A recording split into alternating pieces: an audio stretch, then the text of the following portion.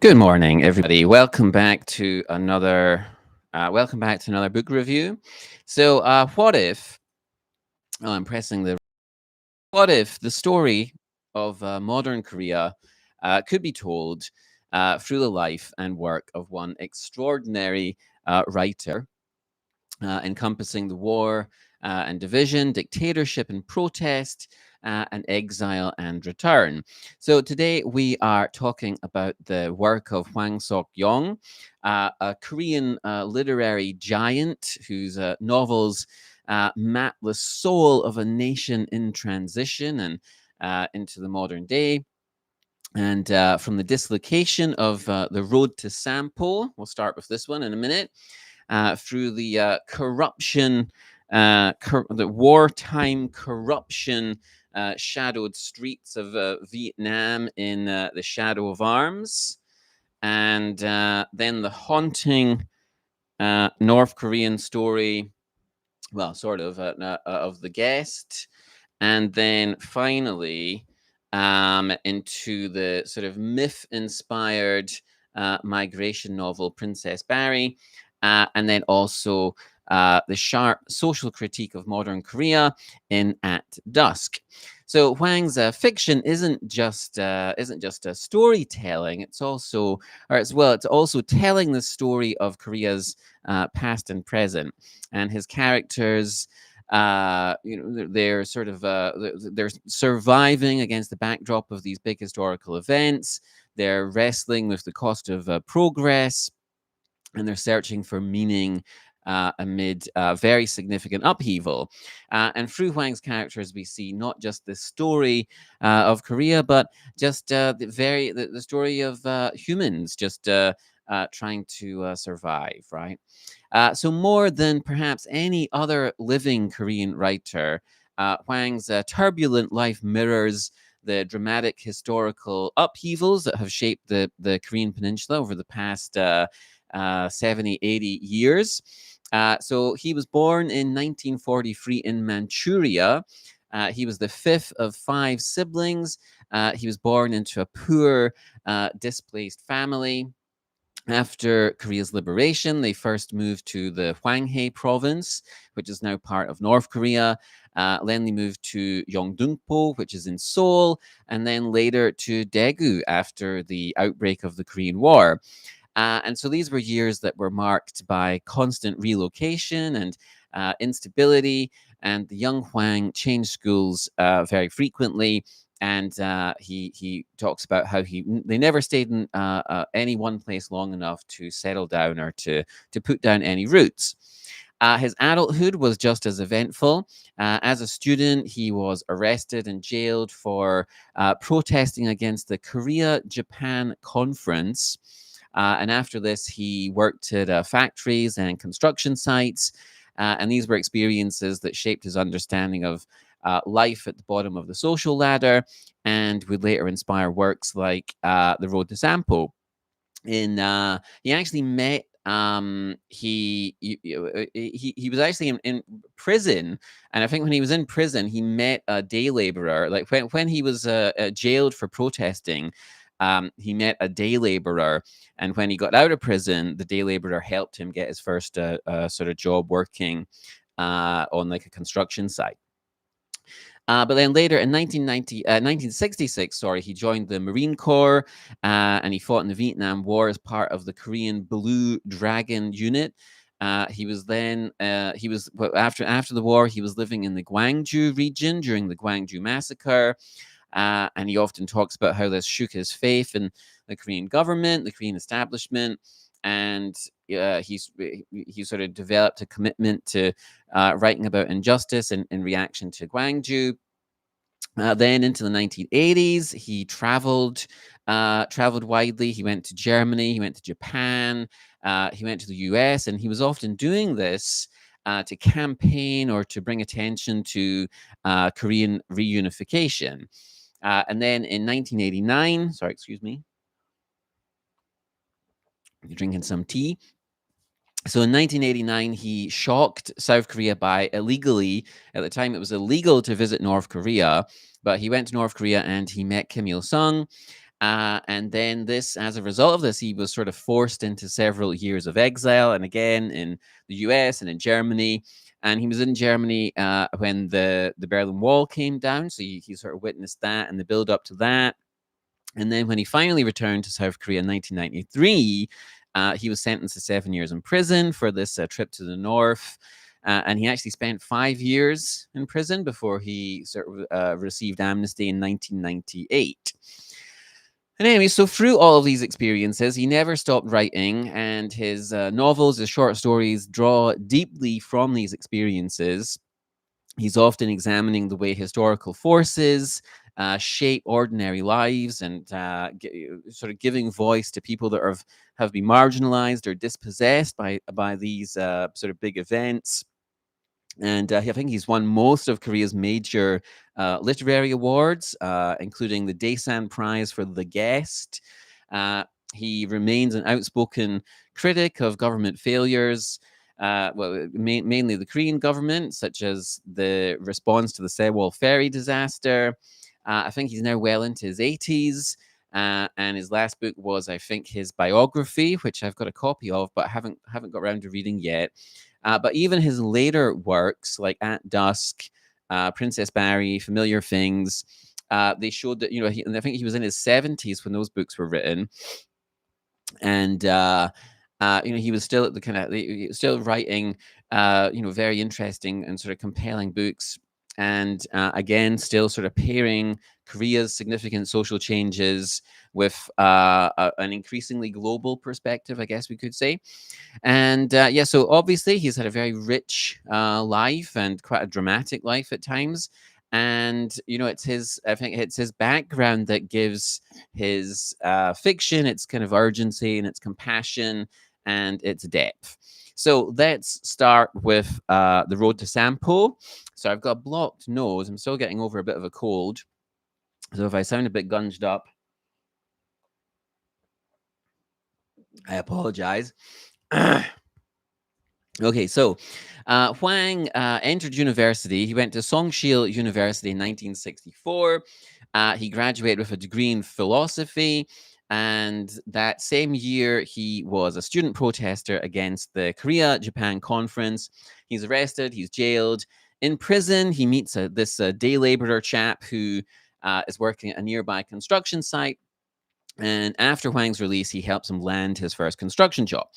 And from there, Hwang is traveling, South Korea. He's picking up work in factories and on building sites, and he's sort of seeing up close how people who are at the bottom end of the economic ladder in Korea at the time were surviving and living and getting by. And it's these first-hand experiences of that sort of itinerant lifestyle that became the raw material for what many people now see as a defining story of the era, which is The Road to Sampo from 1973. And it's been published several times, but this edition is from the Asia Publishers Modern Korean Library series, and it's translated by Kim Woo Chang. And this version has a Korean and English translation. And so anyway, this is a story that's really kind of inseparable from the South Korea of the early 1970s. And this was a time when Korea was a society in the middle of a wrenching transformation. The country was reorganizing its economy, shifting from agriculture more to manufacturing. The sort of traditional farming communities were rapidly disintegrating. Huge numbers of rural people were leaving their homes to sort of hunt for work on the construction sites that were springing up in the cities. But at the same time, industrialization was still in its infancy. So there weren't that many secure factory jobs. These kind of secure positions were very scarce. And so a lot of these uprooted farmers and farm workers became these sort of transient laborers who were kind of migrating around the country from one construction site to the next. They had no guarantee of secure employment, and they, were sort of constantly trying to kind of latch onto these new developments and construction projects. And The Road to Sampo is a portrait of these workers. And it's a spare, mostly unsentimental look at these men on the move, caught between the village or the hometown that they've lost, and then the sort of the modern cities that haven't really made room for them. And it is a great story. It's still very enjoyable to read, and it's very easy to see why it's been so popular and so sort of influential. And it starts it's the middle of winter. The construction season has just ended, and Yongdal, he's a younger guy. He's standing in a field outside of a small town, and he's wondering what to do. He soon bumps into Chong, and he's in a similar situation to Yongdao. So one of them has been chased out of town for sleeping with another man's wife, and the other has just been recently released from prison. I don't think it actually specifies exactly why he was in prison. And anyway, so we've got these two itinerant day laborers, and they're traveling the country in the brutal cold, and they're sort of looking for work. And along the way, they're tasked with finding Pekwa. Pekwa's a bar girl, sort of poor, a girl from a poor background, and she's run away from an exploitative bar owner. And when they find her, instead of taking her back, these sort of free outcasts, they band together and they head for Chong's hometown. And their journey, the obstacles they face, the people they encounter, mirror the vast changes the country was going through at the time. So we see the effect that industrialization is having, breaking up these farming communities. We see the difficulty of finding good employment or secure employment. That we see these the former farm workers that are drifting around the country, searching for work. And then we have the Sampo of the title, and that Sampo symbolizes this sort of lost, idealized hometown that can't be returned to. And also in the story, it functions as this sort of a hope for an insecure future, a precarious possibility of future, but there's no security in this future for them. It's a very beautiful story. It depicts this transient life, but it's very something very captivating about it. And you have this sort of early example of Wang's characters that have just been beaten down by an uncaring society and by the just the march of progress, the relentless development, which sort of chews them up and spits them out. And it's there's a sort of bigger argument that we can tie Road to Sampo to. So Hwang once described Korea, he called Korea as a nationwide state of homelessness. And across his career, he keeps returning to the psychology of people who've lost their homes. So not only in a kind of literal sense, but usually in a symbolic one. And what he's talking about is the erosion of belonging, of dignity, of shared purpose, of a traditional way of life. And for Hwang, home isn't just a birthplace, it's really an ideal of a communal life that's sort of rooted in tradition and solidarity and community and humanity. And his novels repeatedly show homes that have been shattered by war or some kind of injustice are just the sheer blunt force of progress. And much of his fiction asks, what does it take to live after this kind of rupture, and how, if it's at all possible, can we overcome the loss? And The Road to Sampo, even though it's an early story, really just distills this vision. He often writes quite long books, but this vision is sort of perfectly encapsulated in Sampo. Sampo stands in for hometown, a place of memory and meaning. But by the time that Yongdao and Chong and Pekwa head to Sampo, it's gone, right? That past has dissolved, it's vanished. It doesn't really exist anymore, right? You can never go home. And so what remains for them is just an uncertain path into a future which might not welcome them. They've been sidelined by modernization. They don't have a past to return to. They don't have a future that they can rely on. And Hwang's larger point about Korea at the time is very clear. So the country's rapid transformation created winners, people who benefited. We'll see an example of one of those later in At Dusk, and many losers like Chong and Pekwa. They're sort of living between places. They're low, they're between eras. They're sort of they want to rebuild some kind of sense of home, but the uncaring world has sort of made this impossible for them. Anyway, still a fantastic story. There's also a fantastic film adaptation from 1975. Stars Baek Il-sop, Kim Jin-kyu, and Moon Sok. And it was the final and actually ultimately posthumous work of director Lee Man-hee. And during the editing, he collapsed and he was hospitalized, and he passed away. And the screenwriter Baek Kyol later said that E's health was already at its worst when he took on the project, and he probably knew that he wouldn't live to see the film completed.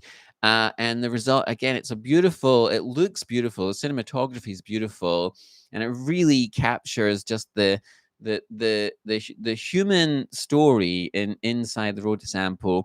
The free drifters pushing through winter toward a hometown that might not exist. And it's just it's a great film. It's really a beautiful film, and I highly recommend it. Highly recommend the short story. Let's move on from Road to Sampo. So, if Road to Sampo is about tracing homelessness inside Korea, so these men and women that are adrift and lost between the countryside and the not yet finished being constructed future, then this next book we're looking at sort of takes that dislocation and looks at it in a completely different historical context. So, I'm going to talk about The Shadow of Arms briefly.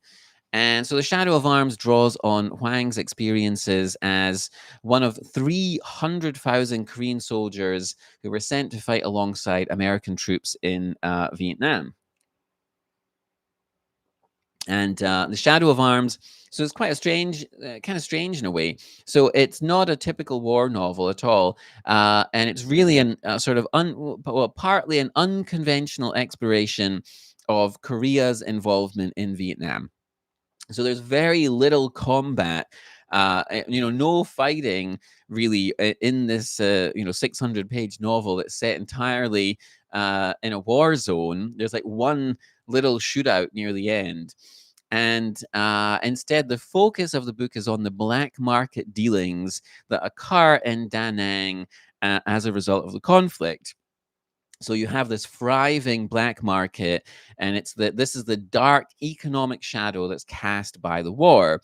And into this market, we have the intersecting lives of several Korean, American, and Vietnamese characters who are all seeking to profit from this black market that exists because of the war.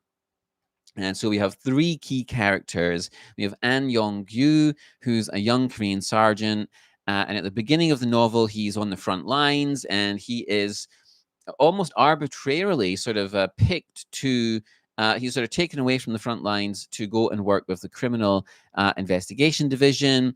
And he's tasked with investigating these sort of backstreet dealings of people doing these kind of illegal deals in Da Nang. Then we have Pham Minh, who's a young Vietnamese man who joins the National Liberation Front and fights against the American army. You also have his brother, and they kind of end up on different sides. His older brother is a commander in the Vietnamese military who's fighting alongside the Americans. So you have this kind of split between the two brothers. It's a big part of the story. You have the older brother's sort of mistress that he's sort of mistress, or someone that he's having an affair with. And her story is also a significant strand. And then one of the main. You also have this American guy who is he's run away from the army, and he's kind of hiding out. Uh, he doesn't want to get he doesn't he doesn't want to get press gang back into fighting.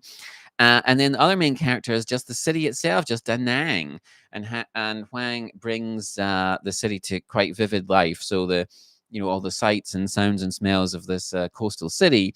So it's very evocative in that sense, and it's a very intricate story.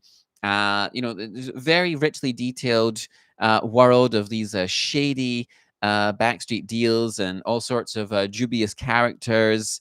And they all have sort of intersecting alliances and motivations. They're all trying to exploit one another. And really, what Hwang's doing here, he's sort of showing the cutthroat economic consequences of war in a foreign land. And it reminded me a little bit of Graham Greene. Like, imagine if Graham Greene was done in the style of like James Ellroy or something like that.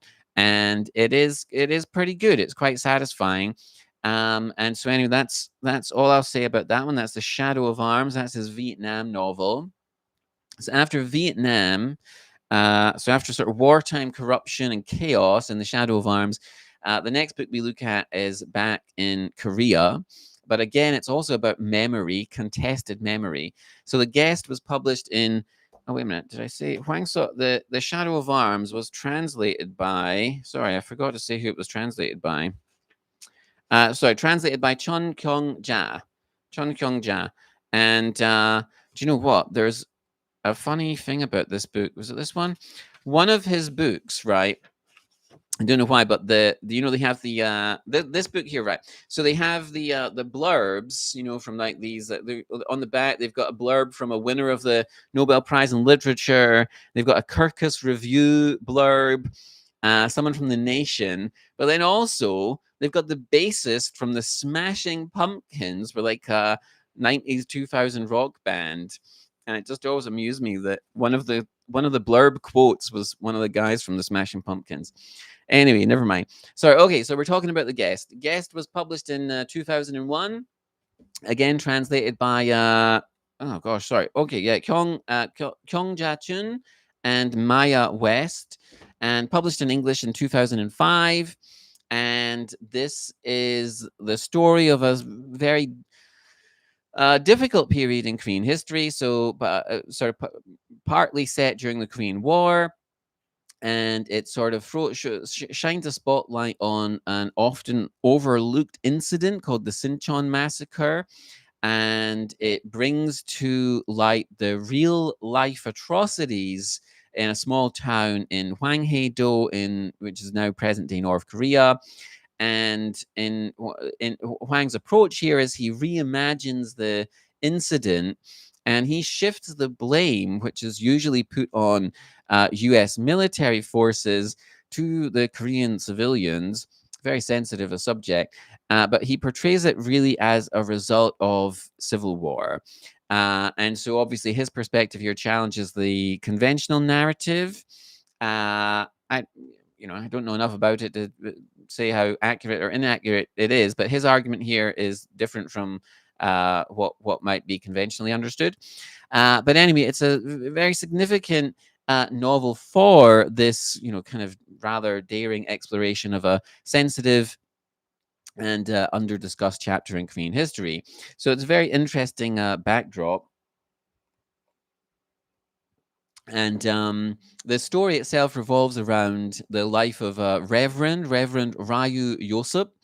And he's a Korean guy, Korean man. He's been living in the United States, and he seizes an opportunity to return to North Korea, so this homeland, as part of a homeland visitors program. However, his journey takes an unexpected turn before he leaves, when his brother Johan passes away shortly before his departure. And what unfolds is a very poignant exploration of Josep's past, the secrets that his brother Johan held, and then these historical events that they were part of during the Korean War. And the novel weaves Josep's contemporary journey back to North Korea with these haunting first person accounts of the past. So the ghosts of the past sort of literally appear to Joseph and sort of tell their stories to him about what happened. And so you've got several big themes kind of going on here. So first and foremost, I guess this is a novel confronting the human cost of war, touching on the loss of innocence and just the brutality of conflict in general.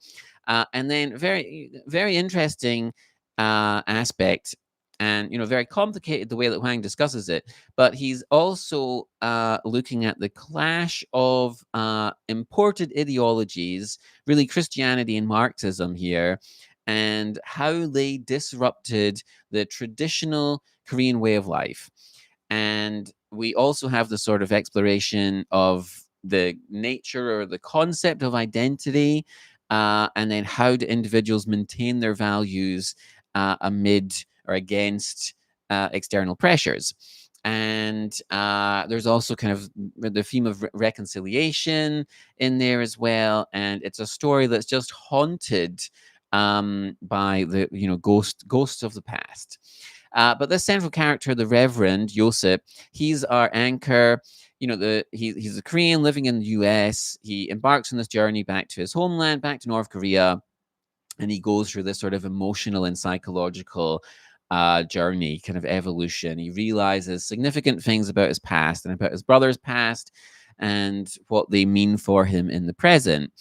And they have a very dark history, the two brothers. And although Johann is not, he's dead at the beginning of the novel, he's a very significant part of the story. His actions and decisions cast this long shadow. And as the narrative unfolds, we're sort of gradually exposed to the very complex nature of his character. And we also hear these stories from these other ghosts as they reflect on their collective guilt and on their own suffering in this sort of war-torn era period. And so you have these kind of ghosts and spirits that are a bridge between the past and the present. And it really does get into some very complicated aspects of the horrors of the Korean War. And you really see how these are, conflicted, burdened characters because of these things that have happened in the past. And Joseph has to try and confront these ghosts, these things that happened in the past. But yeah, there's a lot of very rich, very thought-provoking novel.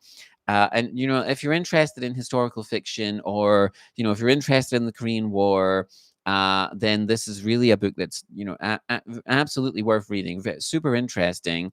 Hwang's storytelling is very clever. Weaves together history, weaves together this personal journey. Very captivating, very poignant. And I think a lot of people will think it's quite compelling. Not an easy read, but absolutely worth reading. Okay, let's move on to Princess Barry. So this one was translated by Sora Kim Russell, and this is one of his later career works, and a fantastic novel. And it really, shows that Hwang was, fully engaged with the modern world at the time when he was writing this. And it draws on an old folk tale of Baradegi. And in this novel, he is sort of threading together the North Korean refugee experience with human trafficking in China, and then even to the aftermath of the Islamic terrorist attacks in London oh God, how long ago was it now? Like 20 years or something. And then he sort of links this to the lives of undocumented immigrants around the world. And it's a once intimate and very sweeping story. It's a story that tracks displacement across continents and insists on the dignity of the people who are forced to sort of live in the shadows. And it really shows a writer who was at the peak of his power, finding humanity in the darkest experiences, and asking what does it take to survive, to belong, and to just keep hoping. And so there's another aspect of this novel which is super interesting, and so he's using this sort of epic tale from Korean shamanism. So the myth of Princess Barry, or Barry Gongju, sometimes called the abandoned princess. So this varieties of this myth, I think, are told in like Siberia, Manchuria, and in, Korea. And the tale it follows the seventh and last child of a king who has no sons, and she's cast out at birth because she's a girl. And like Orpheus or Odin, she descends to the world of the dead, and she's seeking the elixir of life to save the living, save the people in the world of the living. And through this journey, she is reborn, and she's transformed into a powerful goddess who escorts souls from this world to the afterlife. And Hwang sort of reframes this shamanic archetype within contemporary migration and trauma. And so the novel's Barry carries the urgency of modern exile, and the ancient role of a guide, so someone who navigates between worlds so that others can survive. And so he reimagines this myth in a starkly modern odyssey. And so Princess Barry follows a girl born in Chongjin in the mid 1980s, seventh daughter, abandoned by her mother soon after her birth, rescued by the family dog Hindungi, and her grandmother, sorry, is reminded of this shamanic tale, and so names her Barry, after this heroine who journeys to the underworld for the elixir of life. And as North Korea, as the circumstances in North Korea get worse, people are starving, the surveillance is increasing, it's becoming increasingly dangerous and difficult to live. The family is forced to flee, and Barry crosses into China. Well, actually, it's just Barry left at that point when she sort of tries to cross into China. And she, in China, to survive, she has to keep moving. And along the way, during her journey, her friends and everyone she knows sort of dies. And, like her mythical namesake, she undertakes this long and difficult and tragic journey, and it takes her through China, and ultimately she ends up in London. And her journey through these sort of borderlands and shadow economies of illegal immigration. This is her sort of descent into the underworld, right? And what she's searching for, by traversing these places, is a place to belong, right? And there is this kind of magic realist element almost. So Hwang threads these shamanic dreamlike elements that echo this old myth. Barry inherits her grandmother's essentially magical gift for reading other people's pain and curing it in unlikely ways. She can communicate telepathically with Hindungi, the family dog, and with some other people. She moves between worlds. She sees ghosts. She speaks with dead relatives. Her these sort of ghosts are constantly pushing into the present. And when she's sort of moving through these kind of safe houses and various places, she gives foot massages. And these foot massages open visions for people, and they give her sort of glimpses into people's souls. And in her dreams, she continues sort of journeying into the realm of the dead, and she has this role of acting as a messenger for the living, and she's sort of carrying warnings and comfort and messages, and maybe some painful, difficult truths back to these different people. And then in the novel's final section, extremely sad, unbearably sad, she makes it to London. She falls in love, settles into this sort of fragile community, um, and then Hwang sort of ties her story to this sort of specific historical event. So the 7th of July 2005 London bombing, 7/7, were these sort of coordinated Islamic suicide attacks on morning commuters, and that has an impact on Barry's life. And it's just a novel with a very humane message, and I thought it was a fantastic piece of work. Okay, let's move on from Princess Barry. Okay, so the final novel I want to mention today is At Dusk. This is another later work, again translated by Sora Kim Russell. And this one. So we mentioned that Road to Sampo is about people who didn't benefit from the rapid development of Korea. This novel is about someone who did, and it follows a rich, successful older man. He was an acclaimed architect. He's near the end of his career. His friends, his old friends have been beginning to die. He's estranged from his wife and family, and he's reflecting on his role in shaping modern Seoul. And he's asking whether he made the right decisions and what impact he's had. And he grew up poor. He grew up in a slum. His parents ran a fish cake stall. And his rise through society sort of mirrors Seoul, or mirrors South Korea's development into a rich, ultra-modern economy. And the novel begins when a young man delivers a note from a childhood friend, and this prompts him to sort of look back, to start reflecting. And then running alongside his story, there is another strand about a girl, a young woman who's in her late 20s. She's a struggling playwright, or an aspiring playwright. She's working several jobs. She's constantly tired. She's struggling to make ends meet. She eats poorly. She has no time for love or relationships or even sleep. And the novel contrasts these two lives and asks whether one is responsible for the other.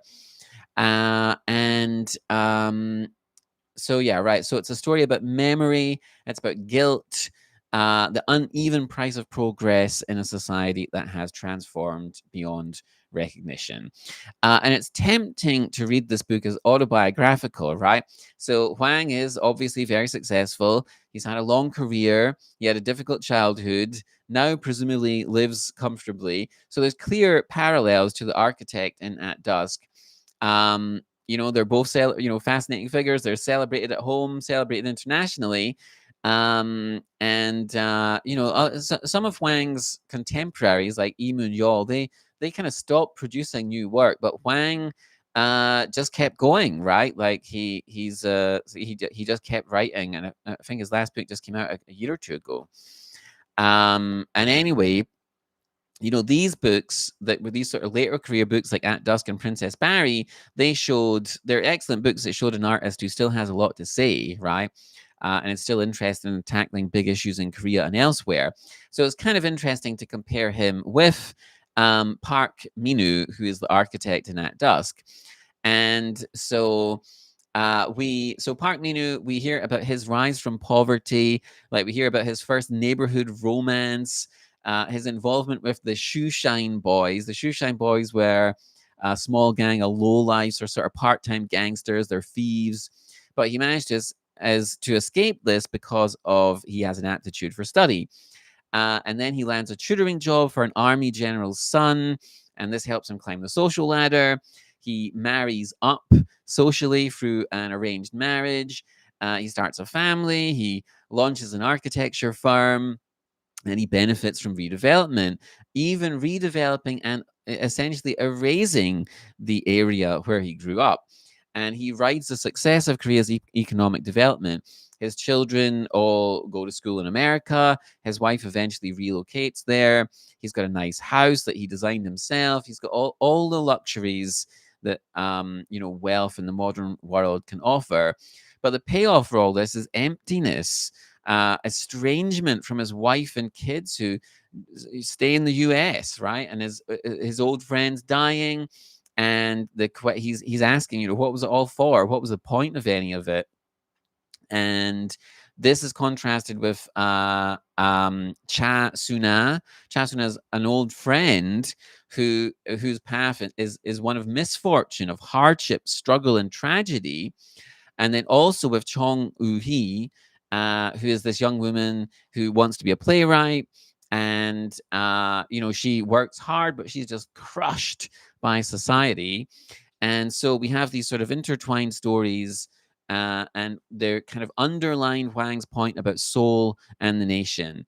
Redevelopment and success produce winners, but they also just erase many people or leave many people behind. And so we get Hwang's take on the Hell Choson novel in this young woman. She's young, she's idealistic, she's pursuing an artistic career, but her daily reality mirrors themes that I've talked about in lots of other recent books. So she's no money, constantly desperate, works multiple jobs, has exploitative employers, and just this sort of steady sense of just being crushed, being ground down by the world around her. And at one point she says, "As I lie in bed looking up at that stain spreading across the wall, I suddenly feel breathless, like I'm suffocating, and fight the urge to scream hysterically. But at least now the air is dry, so it will be livable for the next few months. I look around at my room anew.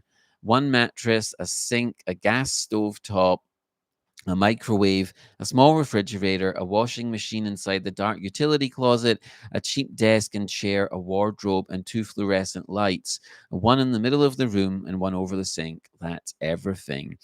And so it's a very stark and powerful portrait of life on the fringes with no real sense of escape. And okay, almost wrapping up. Okay, so one of the strengths of At Dusk is just how realistically it captures Seoul over the decades. So Hwang really gives us a vivid sense of the changing city, the cost of modernization, the cost of rapid development. He offers a very sharp critique of the wealthy upper class Soulites who benefit from it. And this is contrasted with his portrayal of this younger, sort of struggling young woman whose life is shaped by insecurity, by economic pressure. I thought the Shoeshine Boys segments were particularly enjoyable. They really you see the sort of gritty reality of urban poverty. And at the same time, he weaves in elements of recent South Korean history. So we see the sort of evolution of some of the city's neighborhoods. We see the change, how the traditional markets have changed, and then behind closed doors, we see the corruption within powerful firms, including the architecture firms. And through all of this, it's just very sort of effortless and highly readable. And I think it gives a very insightful portrait of modern Seoul. And again, I think it's highly recommended. So, across more than half a century at this point of writing, Hwang Sok-yong has built a body of work that's very compassionate. He gives us this sweeping portrait of a country's transformation, the people who bear the weight of that transformation. And his